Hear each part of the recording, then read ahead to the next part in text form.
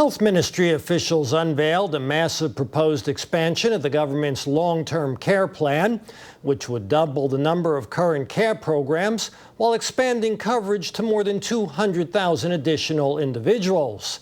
The new version of the plan also calls for 2,500 new care centers at the neighborhood level, but questions linger over how to attract the additional number of caregivers called for.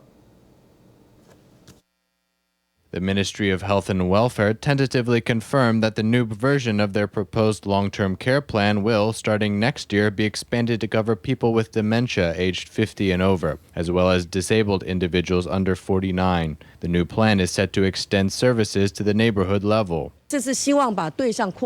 We are hoping to expand the population targeted by the plan. We've noticed that these people, even younger disabled individuals, need a place where they can go for help. That's the first point. The second is that these neighborhood long-term care centers aren't just places for social participation. They're places which can provide care services.